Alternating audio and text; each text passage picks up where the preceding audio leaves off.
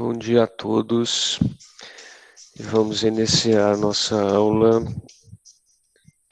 que vai tratar sobre mercados derivativos agropecuários, né? A gente chega aí na nossa última semana de aula, né? Felizmente conseguimos fazer um bom apanhado dos assuntos que a gente precisava estudar e a gente pode fazer essa aula complementar sobre esse assunto que a gente já precisava desde a disciplina anterior de mercado e comercialização e também complementar a disciplina de introdução à economia. Então, mercados derivativos agropecuários.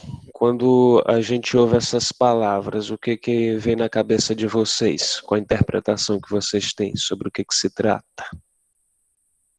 Comercialização de produtos derivados de um produto original, no caso. Tipo leite, essas coisas. Tudo bem, já abrangeu praticamente o conceito literal, Lucielto. E a Clarice está colocando que é mercados derivados da agricultura, né? Um posicionamento aí também semelhante ao do Lucielto, né? De fato tem a ver com a agricultura, certo? Mas esse derivado ele não vem diretamente do nosso setor, ele corresponde a uma outra expressão.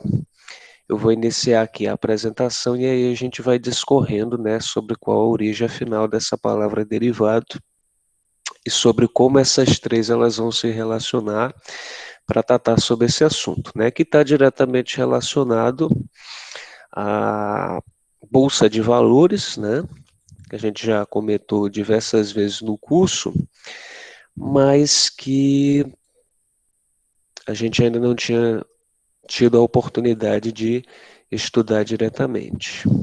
E hoje a gente vai ter. Só um momento que eu estou com um probleminha aqui. O aplicativo não está reconhecendo a janela do PowerPoint.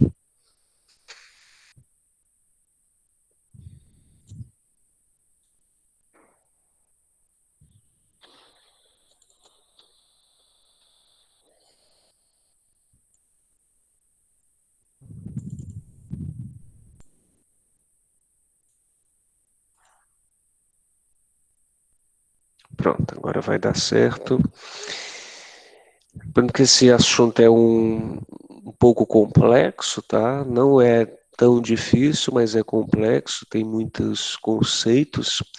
Então, por favor, fiquem à vontade. Caso não estejam entendendo, peçam para eu repetir, perguntem, para que a gente possa de fato entender como é que funciona esse importante modelo de negócio, né, do nosso setor, que é aplicado principalmente sobre os chamados produtos commodities, né, aqueles produtos que não passam por um beneficiamento, por um melhoramento, por uma transformação agroindustrial e são comercializados em qualquer lugar do mundo, né, como por exemplo os grãos, como a soja, o milho, a aveia, o trigo, entre outros produtos como a carne de gado, o etanol, o petróleo, né, que são produtos a qual tem demanda mundial e justamente por isso a gente pode estabelecer, através de uma estrutura de negociação financeira, o comércio com diversos países e continentes. Lucedo levantou a mão. Washington, produtos primários eu posso chamar de commodities? Pode, mas assim, entre aspas, porque o que é o produto primário? São os produtos iniciais, né, que vão dar origem, é o chamado complexo agroindustrial, que vai dar origem a produtos derivados, né, a diversos outros produtos. Mas nem todo produto primário ele vai virar uma commodity, né? Por exemplo, se eu posso pegar um produto como a banana e dizer que ela é uma commodity. É uma fruta, normalmente ela pode ser exportada in natura e ela vai ser exportada através do preço internacional. Mas normalmente eu trabalho com o melhor tipo de banana que eu posso ter no mercado. Agora vai ter outras variações de banana que eu não vou comercializar no mercado internacional, porque vai ser de uma cultivar que normalmente não é conhecida como a que tem o melhor sabor, que tem a melhor aparência estética. Então, essa é um tipo de banana que não tem demanda no mercado internacional. Então, por mais que fosse dois produtos de origem de um mesmo, né, que é um produto primário que não vai ter nenhuma transformação, mas um está dentro do padrão do mercado internacional e outro não. Os dois são produtos primários, mas apenas um vai ser considerado commodity. Deu para compreender? Deu sim, Washington. Muito obrigado. Por nada. Então, nesse sentido, deixa eu ampliar aqui a apresentação para vocês, e a partir do momento que eu amplio, lembrando que eu não consigo visualizar o chat, então peço a ajuda de vocês para a nossa interação, tá?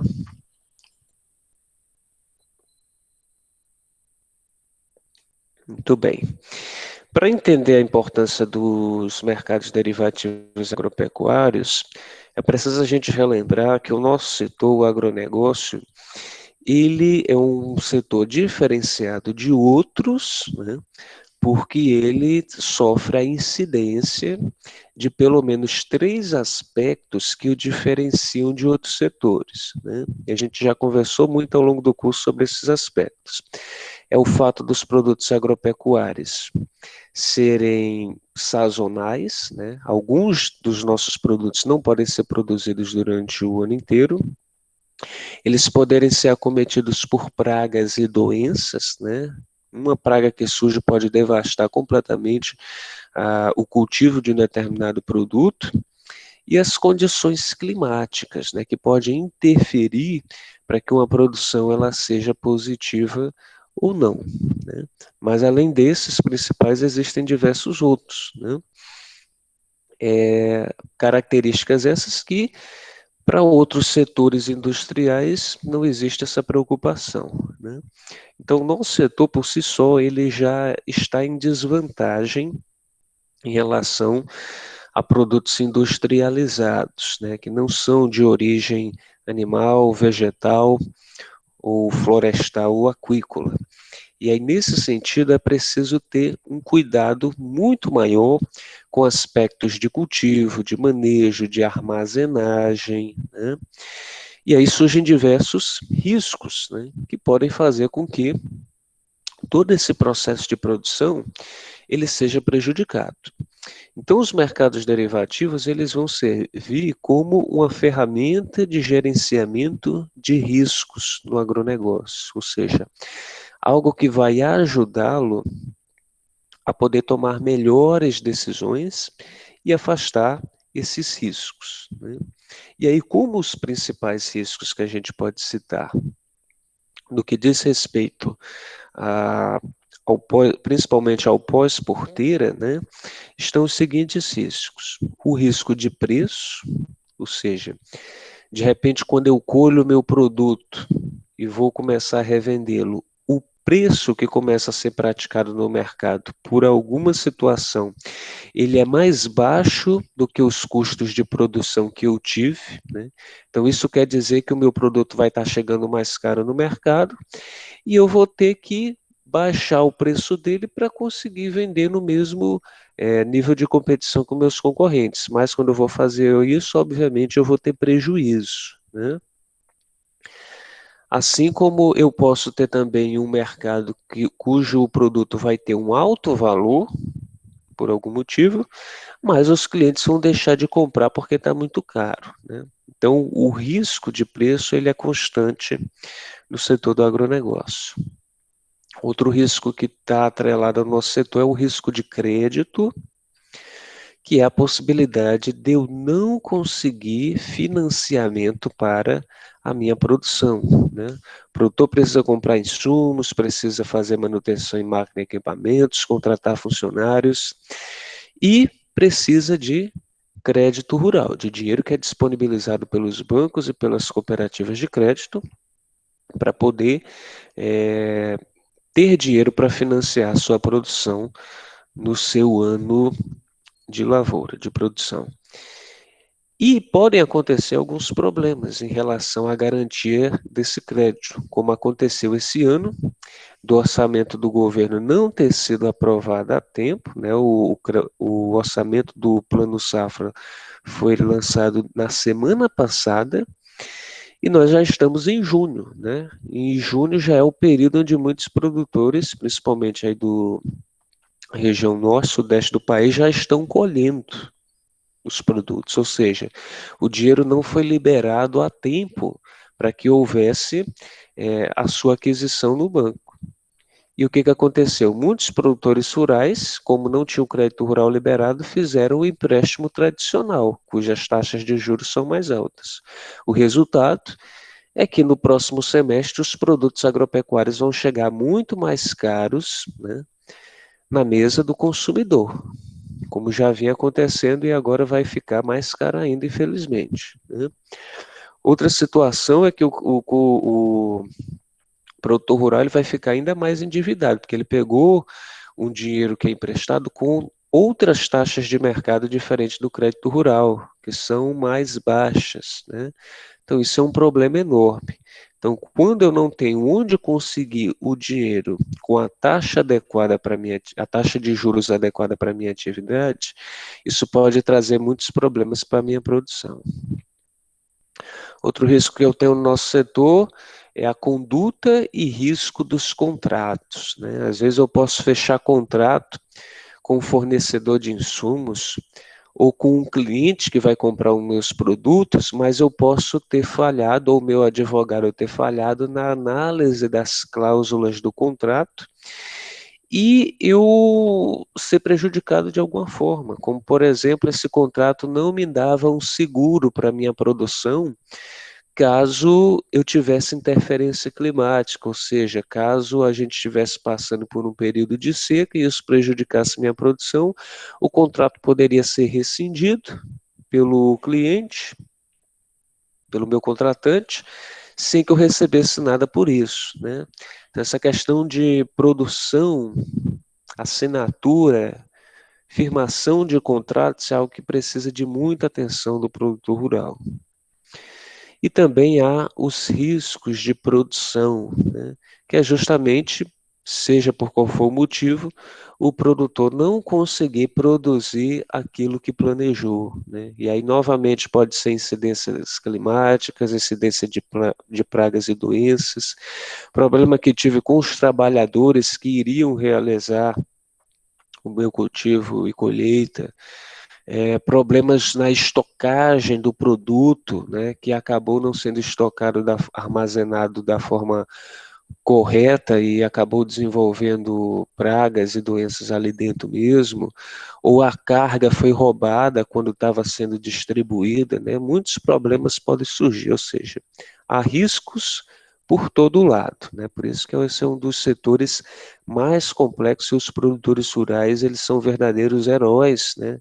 Em lidar com tantas decisões que precisam ser tomadas com muita coerência, com muito planejamento, para que o modelo de negócio ele tenha êxito. Tá tudo bem até aqui? Tá sim, Washington. Então, nesse sentido, quanto mais ferramentas o produtor rural tiver para poder reduzir esses riscos, além de outros, melhor vai ser para ele, né? Nesse sentido, é que surgem os mercados derivativos agropecuários, né? Que em um conceito acadêmico a gente poderia dizer que são os produtos cujos preços derivam de seus preços básicos mais simples, dando origem aos preços derivativos, né? Ou seja, a palavra derivar, ela quer dizer dar origem, né? Então, quando eu falo de preço futuro, eu estou falando de um preço que a gente vai imaginar que seja lá no futuro, com base nos preços de hoje, né? Então vamos supor que a gente está trabalhando com uma determinada cultura, vamos falar sobre soja, porque quando a gente fala de mercado derivativo, os principais produtos são milho e soja. Então a gente fica dentro do contexto. Suponhamos que a gente sabe que no próximo ano As produtoras de insumos já falaram que vão subir os preços dos defensivos químicos, já falaram que vão subir os preços de diversos outros insumos, ou seja, os custos de produção vão ser maiores, né? Então, se hoje a saca da soja está custando tanto valor, eu vou me basear nessas informações que eu tenho hoje de possibilidade de aumento do custo dos insumos e quem sabe também o aumento da taxa de impostos cobrado pelo governo para poder projetar qual seria o preço que eu vou cobrar lá no futuro, né? E aí eu crio o meu preço derivativo, que vai ser um preço que vai ser uma previsão de quanto vai estar custando o meu produto lá na próxima colheita, na próxima safra, né? Nesse sentido, esse preço futuro, esse preço derivativo, ele é uma previsão. Não quer dizer que vai ser esse mesmo valor, mas a gente vai ter que trabalhar com o preço projetado, porque aqui a gente está no modelo de negócio, aonde a gente vai vender a nossa mercadoria com antecedência. Ou seja, quem trabalha com a venda e na comercialização no mercado futuro está vendendo a safra hoje que vai colher no próximo ano, né? Não está vendendo o que está produzindo, o que está colhendo hoje, né? O que o produtor, por exemplo, de soja, de milho, que está terminando de fazer a sua colheita nesses meses de maio, junho, estão colhendo, eles vão entregar para clientes, né? Cujo valor do preço dessa mercadoria já foi recebido e a venda já foi acertada há cerca de um ano atrás. Então agora a gente começa a negociar para vender a safra futura, né? A que a gente ainda vai começar a produzir no final desse ano e colher nos meados do ano que vem. A gente já tem que estar com essa venda certa. E se a gente tem que estar com essa venda certa, a gente tem que ter um preço definido. E esse preço vai ser um preço derivativo dos preços atuais com base nas informações que eu tenho de mercado.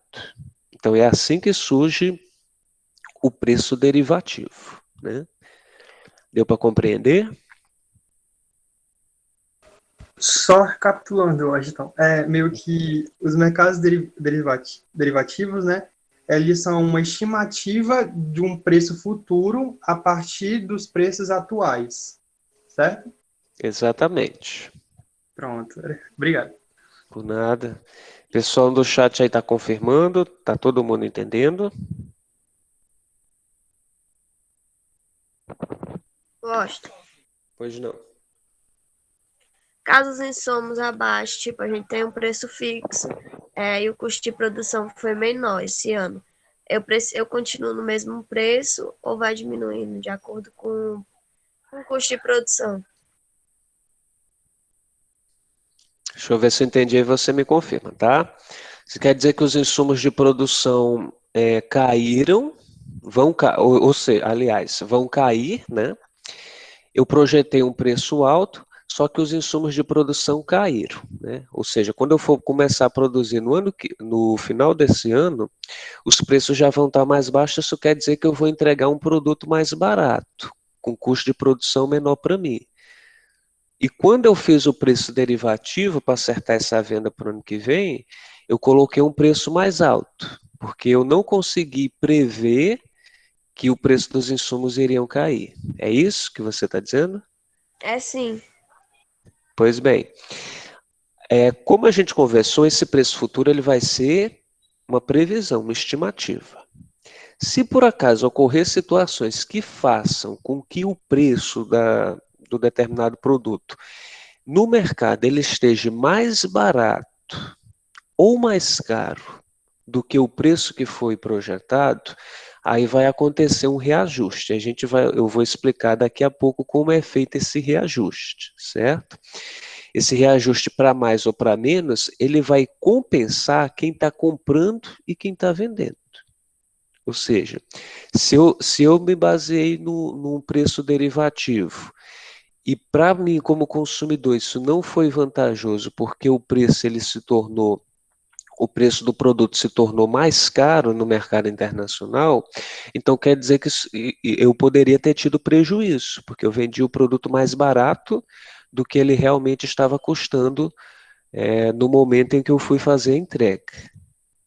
Ou pode acontecer o inverso, aonde eu tenha diversas políticas, por exemplo, que reduzem o preço do meu produto e eu vendi ele muito mais caro, né? Em qualquer uma dessas situações, nós temos a situação onde o produtor ele pode ser prejudicado quando ele vende o produto dele mais barato do que ele realmente vai custar, ou o cliente, né, desse produtor, quem comprou o produto dele, também pode ser prejudicado se o preço no mercado do produto, no momento em que a venda for de fato se concretizar, estiver mais barata do que ele aceitou pagar, né? Então, para isso, existe um reajuste de preço, a qual o preço a qual eles acordaram no mercado futuro vai ser cumprido, mas o preço vai ser reajustado para que nenhum dos dois fique no prejuízo. Aí eu vou explicar mais à frente como isso funciona, ok? Entendi, obrigada. Por nada. Ou seja, independente do que aconteça no futuro, nessa cerca de um ano até que a venda se concretize em relação aos preços, é, é isso que diminui os riscos e faz com que os mercados derivativos sejam tão atrativos para quem vende commodities. Porque, independente da variação que aconteça, ainda que a previsão de preço não se confirme, seja para mais, seja para menos, esse preço tem um reajuste. Tá? Então, ninguém fica no prejuízo. Agora, imagine, por exemplo, uma grande rede de supermercados, uma grande rede de fast food, como o McDonald's, Burger King, sei lá, que precisam de produtos o tempo todo, né? Precisam de um produto como a soja, como a carne de gado, para estar produzindo um produto que não pode faltar no seu cardápio, né? Essas empresas, elas trabalham justamente assim, comprando esses produtos do setor agropecuário no mercado futuro, porque é uma forma dela garantir que vai ter o produto. Pode acontecer problemas? Pode, se acontecer uma incidência climática, né, e o produtor não conseguir entregar a quantidade de produtos que ele prometeu, pode faltar produto para ela. Mas como a gente já estudou anteriormente, toda empresa tem que ter outros fornecedores, né? Tem que ter um, um fornecedor reserva caso aconteça algum problema. De fato que o fornecedor reserva normalmente vai ser mais caro, porque agora, em vez de ter feito uma compra antecipada, eu vou fazer uma compra de imediato, e isso pode ser um problema, né? É assim que funciona. Se eu quero comprar um produto que tem muita demanda, né, como por exemplo um ovo de Páscoa, né, no período aí da Semana Santa. O ideal é que eu compre esse produto com antecedência, com algumas semanas, porque se eu deixo para comprar justamente no sábado que antecede o domingo de Páscoa, pode acontecer de eu não encontrar mais esse produto, e se encontrar, eu vou encontrar ele é muito mais caro do que estava sendo vendido nas semanas anteriores, né? Então, os mercados derivativos, eles diminuem os riscos tanto para o produtor rural, que vai ter a venda do seu produto garantido, além de margem de lucros acordadas, tanto para o cliente que está comprando os produtos e serviços, porque ele vai ter a garantia que vai ter o seu produto, né? Além de ser por um preço justo também. Novamente, está tudo ok até aqui? Posso seguir adiante? Pode sim, Washington. Muito bem. Mas onde é que funciona esse tal de mercado de derivativos? Será que é em qualquer lugar? O que é que vocês me dizem? Não entendi o que isso quer dizer, como assim funciona. Onde é, por exemplo, que o produtor rural ele vai trabalhar com o mercado derivativo? Será que ele faz isso no banco? Será que é numa feira agropecuária? Como é que funciona esse mercado? A gente já viu lá na disciplina anterior que a gente tem o mercado físico e o mercado eletrônico. Será que é um mercado físico?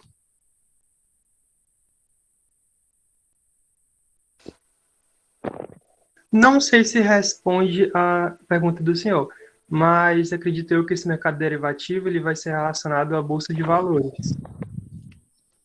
Exatamente, né? O Cedo está correto. Os mercados derivativos vão funcionar dentro das famosas bolsas de valores, que a gente ouve falar quase que toda semana, principalmente quando está assistindo jornal, mas acredito que poucos de vocês saibam o que que significa, né, a bolsa de valores. Alguém saberia me dizer? Seria onde as ações e os ativos de uma empresa ficam armazenados. Boa colocação. Quem foi que falou? Foi a Clarice? Fui eu. Ok, obrigado, Clarice. Os ativos de uma empresa ficam armazenados, né, organizados. Tem a ver sim, certo? A Bolsa de Valores, ela é uma instituição financeira, tá? Mas não é uma instituição financeira como os bancos e as cooperativas, por exemplo. As cooperativas de crédito, aliás. Elas são instituições financeiras que foram criadas para organizar operações financeiras, como essa que a gente está falando dos mercados derivativos agropecuários.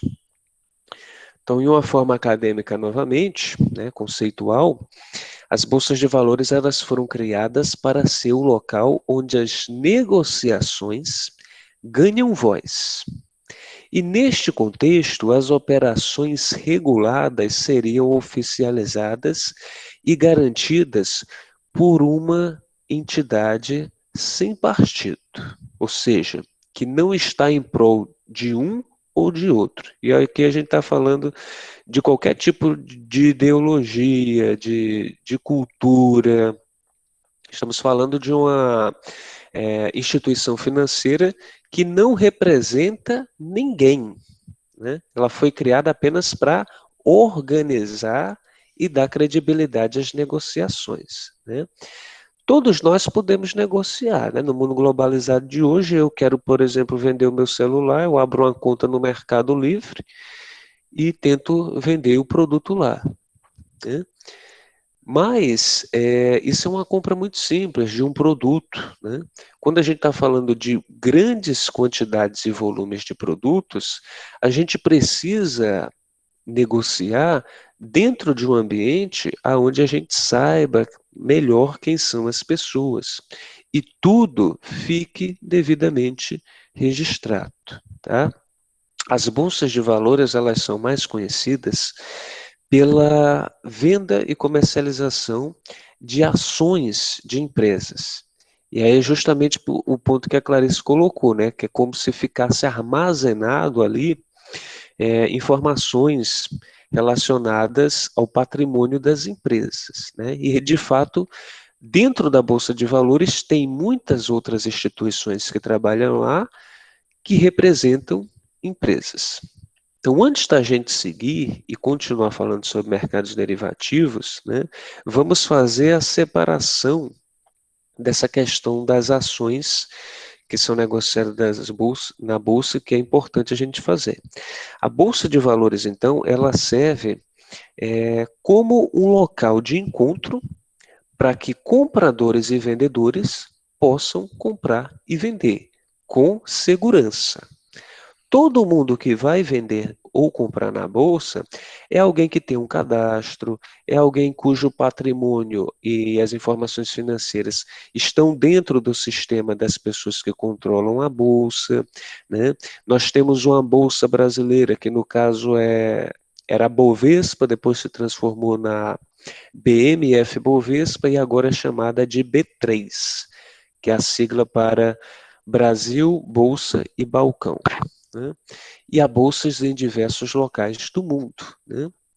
E elas podem negociar entre si, né? A bolsa, na bolsa aqui na bolsa brasileira, na B3, a gente pode estabelecer negociações com uma outra empresa que vai estar lá numa outra bolsa, lá de Nova York, por exemplo, né? Então, as bolsas espalhadas pelo mundo inteiro, elas globalizaram as negociações, possibilitando que diversos empreendedores, empresas, compradores e vendedores possam negociar num ambiente seguro, tá? Então, a participação do governo aqui é muito mais no sentido de conhecer. O governo ele não exatamente regula, né, como acontece a Bolsa. A Bolsa é uma instituição completamente independente de empresas e de governos, tá? Então, como é que funciona no que diz respeito à principal operação da Bolsa, que é a venda de ações, né? Para quem ainda não entendeu como funciona esse assunto. Uma empresa, ela pode levar anos para crescer e se desenvolver. Mas ela pode acelerar esse crescimento, né? Quando ela tem uma boa ideia, por exemplo, e pode ganhar mercado muito rápido, né? Uma empresa como a Netflix está completando 10 anos agora, né? Cerca de 10, aliás, pelo menos que chegou em nível internacional, né? Tem empresas, né, que a gente poderia citar, inclusive que a gente pode encontrar nas nossas cidades, que vai passando de pai para filho, que chega aí a ter mais de 50 anos, mas se mantém em uma cidade, em um estado, em um país, enquanto tem empresas que ganham uma escala global rapidamente, né? E não se faz isso se você não abrir o capital. O que é abrir o capital? É vender ações da empresa. O que é vender ações da empresa? É como se a gente pegasse a empresa e dividisse ela em diversas partes. Vamos imaginar que uma empresa é como se fosse uma pizza. E aí a gente corta ela em vários pedaços. A gente deixa o maior pedaço para o dono da empresa, ou o que a gente chama dos principais acionistas. E os outros pedaços, o que a gente faz? A gente vai vender. E são vários pedacinhos, né? Então, quando a empresa ela quer ganhar dinheiro, quer crescer rapidamente, ela abre o capital e vende suas ações. Qualquer pessoa pode comprar ações de uma empresa. Eu posso, vocês podem, né? Pelo menos a partir do momento que tem 18 anos. E aí o que você vai fazer? Suponhamos que você compra uma ação de uma empresa que custou R$ 100 a ação dela, né? E aí ela consegue crescer. Suponhamos que essa empresa ela vendeu 5.000 ações e cada um das 5.000 pessoas que comprou essa ação pagou R$ 100, né? Ou seja, ela vai ter levantado muito dinheiro aí. E o que ela vai fazer com esse dinheiro? Ela vai investir para crescer. Vai ampliar, vai criar uma filial, vai investir em mais tecnologia, né? Então, é assim que grandes empresas, né, como Microsoft, Apple, Coca-Cola, essas gigantes que a gente conhece, elas cresceram rapidamente. Elas vendem partes de sua empresa para pessoas que depositam dinheiro nessas ações, né? E por que as pessoas fazem isso, né? A gente já conversou um pouco sobre investimentos lá na disciplina de Fundamentos da Economia.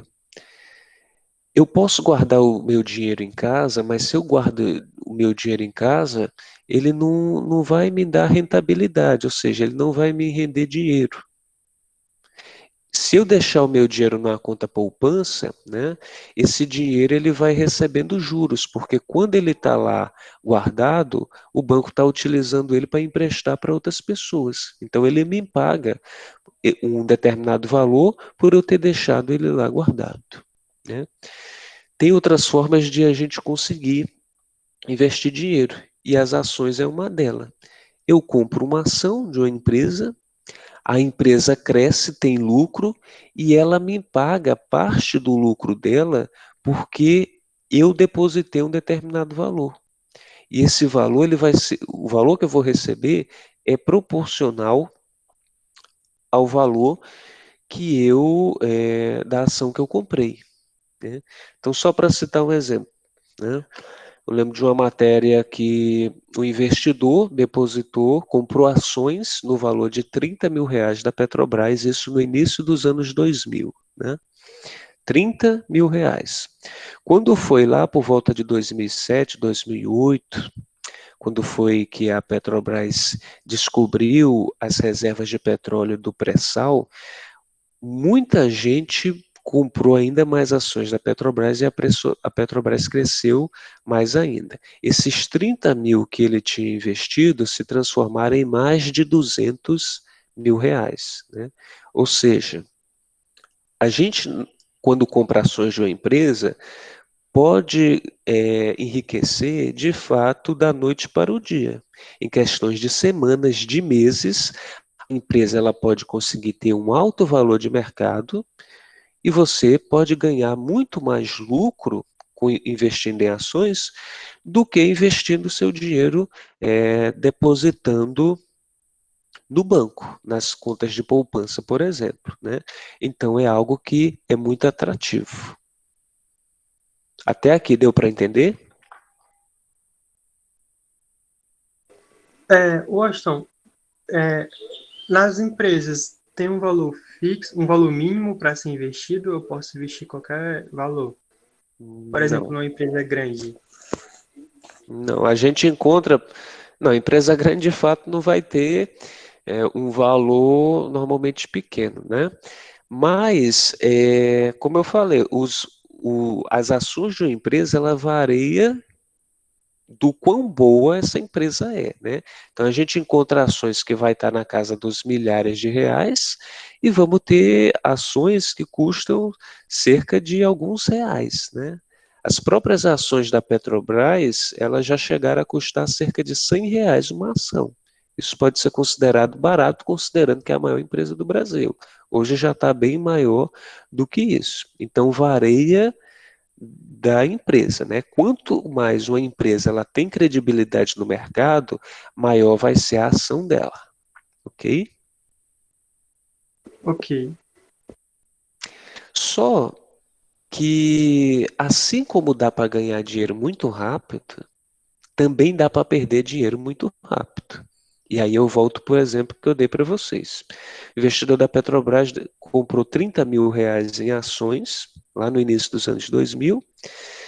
No final dos anos 2000, quando a Petrobras encontrou reservas de petróleo no pré-sal, né, a maior reserva que havia sido descoberta, e havia potencial imenso para ela virar uma das maiores empresas do mundo, ela cresceu ainda mais, né? Esses R$ 30.000 em ações que o investidor tinha colocado se transformaram em mais de 200. Só que lá em 2014, né, no ápice da Operação Lava Jato, quando foi descoberto diversos esquemas de corrupção e que inclusive afetavam a Petrobras, o valor de mercado da Petrobras caiu, né? Então, aquele mesmo investidor que tinha lá mais de 200.000, ele agora tinha cerca de R$ 60.000, né? Ou seja, ao mesmo tempo que você ganha dinheiro muito rápido, você também pode perder dinheiro muito rápido. E o que vai definir isso são as informações que circulam no mercado sobre a empresa.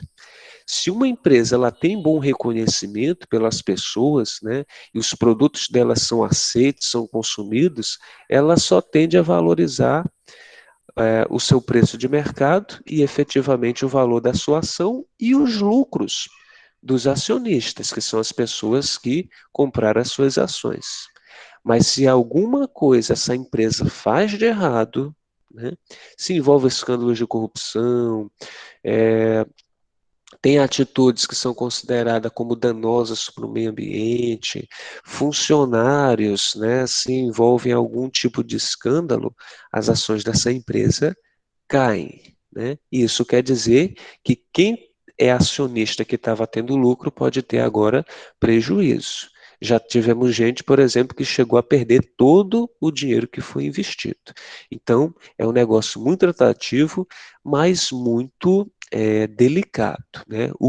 o que investe na Bolsa de Valores, todo dia tem que estar por dentro das informações que acontecem, porque todo dia pode acontecer algo positivo ou negativo que vai fazer com que você decida vender ou comprar ações. Todo mundo conseguiu entender, pessoal? Sim, o mesmo aconteceu com quem investiu na Coca-Cola? Sim, né? No caso que você citou na semana passada, né? Que o Cristiano Ronaldo foi dar uma coletiva, né? Após um jogo do Campeonato Europeu e tirou as garrafas de Coca-Cola que estavam lá no balcão e trouxe uma de água e disse que não gosta de Coca-Cola, né? Nesse dia, a Coca-Cola perdeu diversos bilhões em valor de mercado porque essa atitude do Cristiano Ronaldo teve um impacto negativo. Só que é como eu estou te falando, o dia todo a gente tem que estar prestando atenção nas informações, né? Alguns dias depois, todo aquele valor que a Coca-Cola perdeu, ela já recuperou. Então é assim, acontecem situações que afetam de um dia para o outro e acabam não trazendo prejuízo para o acionista. Mas as situações são muito mais profundas. Então, o que aconteceu? O que justificou a queda da Coca-Cola naquele momento? Aconteceu que muitos investidores de refrigerantes da Coca-Cola acreditou que muitas pessoas seriam influenciadas. Um fã do Cristiano Ronaldo, por exemplo, poderia deixar de comprar Coca-Cola. Então, muitas pessoas que gostam de futebol, que gostam do Cristiano Ronaldo, poderiam deixar de comprar. E se isso representaria uma ameaça ao dinheiro dele, o que ele faz? Ele vende a sua ação. Por que ele faz isso? Ele vende antes que a empresa perca valor de mercado e efetivamente ele também perca lucro em suas ações. Então é uma estratégia para se defender. Agora, muitas vezes é uma atitude que não condiz com a realidade. Por exemplo, no início da pandemia, eu acho que todos vocês já devem ter visto no supermercado, em comercial, uma cerveja mexicana que se chama Corona. E no início da pandemia, a Corona, a empresa que é dona dela, ela tem capital aberto e ela viu o valor da empresa cair bastante. Por quê? Simplesmente porque algumas pessoas associavam a palavra corona com o coronavírus, mas não tem nada a ver uma coisa com a outra, né? Ou seja, ela perdeu muitos investidores, né? As ações dela foram vendidas, mas depois, com o passar dos dias, outras pessoas se interessaram e foram comprando, então isso não afeta tanto, né? Quando você tem um problema muito maior dentro de uma empresa, como por exemplo, se a Coca-Cola tivesse o mesmo problema como teve aquele caso da cervejaria Bach, onde colocou diversos produtos no mercado contaminados, inclusive a qual alguns consumidores vieram a óbito, morreram. Aí sim seria algo muito mais danoso. Isso significaria que os valores das ações iriam cair e possivelmente não voltassem a crescer de novo. Então é algo muito delicado, muito volátil. Ok? Ok, Washington, obrigado. Só me confirma aí no chat, está todo mundo realmente entendendo? Todo mundo entendeu como é que funciona a bolsa? Todo mundo entendeu como é que funciona? Por que que uma empresa vende ações? Clarice, Luanda, Emanuele, sim. Tudo bem, E os demais também. Giane. tudo bem, que bom. E aí não esquecendo, né, que o nosso país é dos países que menos tem investidores e todos nós, inclusive vocês, podem investir na bolsa, né? Nós temos nos Estados Unidos, praticamente mais de 70% da população investe em bolsa, em empresas. Por isso que a gente ouve tanto falar dessas empresas americanas que crescem tanto, né? Quantas grandes empresas brasileiras poderiam crescer ainda mais se o brasileiro tivesse o hábito de economizar e investir? Isso significaria também possibilidade de uma melhor vida financeira, né? Então, nesse sentido, é interessante que vocês procurem se aprofundar sobre esse tema, né? Bem, então, venda de ações e compra é o principal produto da Bolsa de Valores. Mas não é só isso, né? Existem também outros diversos produtos que são vendidos, como os títulos públicos. O que é títulos públicos?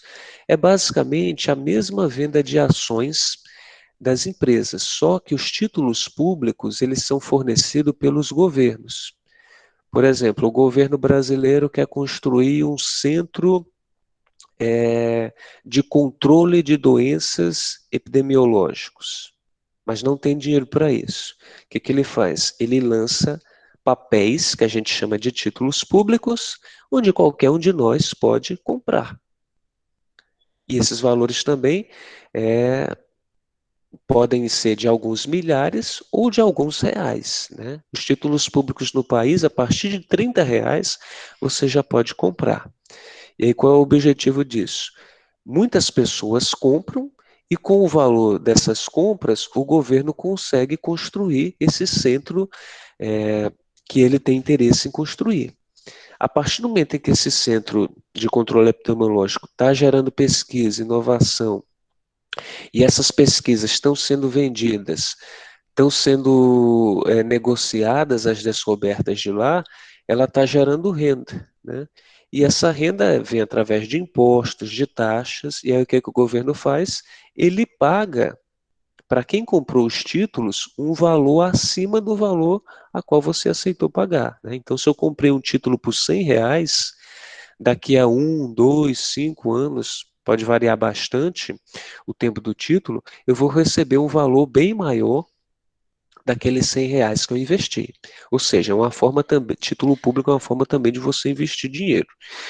E aí, nesse sentido, é basicamente a mesma estratégia da venda de ações pelas empresas, só que quem faz isso é o governo. E ele faz isso para arrecadar mais dinheiro e investir na construção de obras públicas, né? E, obviamente, pagando essa remuneração para os investidores. Então, deu para diferenciar o que são ações e o que são títulos públicos? Ficou claro? Ficou sim, Washington. Aí, no caso dessas obras que são inacabadas, elas são feitas com título público também, né? Às vezes sim, às vezes tem obras que são financiadas pelos próprios bancos, né? Mas às vezes tem pelos títulos públicos, sim. Aí tem um ponto muito importante, tá, pessoal? Independente de quanto tempo leve, né, os títulos públicos eles são mais interessantes para quem, digamos, é conservador, né? O título público, normalmente, quando eu invisto, eu já sei quanto eu vou receber. É diferente da ação da empresa. Eu posso ter prejuízo, ou eu posso enriquecer, conseguir algo muito mais além do que eu imaginava. Do título público, não, eu já sei quanto eu vou conseguir, o valor já é previsto. Só que há uma diferença, né? Quando um país entra em crise econômica, por exemplo, pode quebrar tudo que é empresa. A última instituição que quebra, que fale, é um governo, né? Porque é o governo que manda em tudo, é o governo que controla tudo. Então é mais seguro investir em título em público do que em ações da empresa. Mas também a rentabilidade, a lucratividade pode ser bem menor.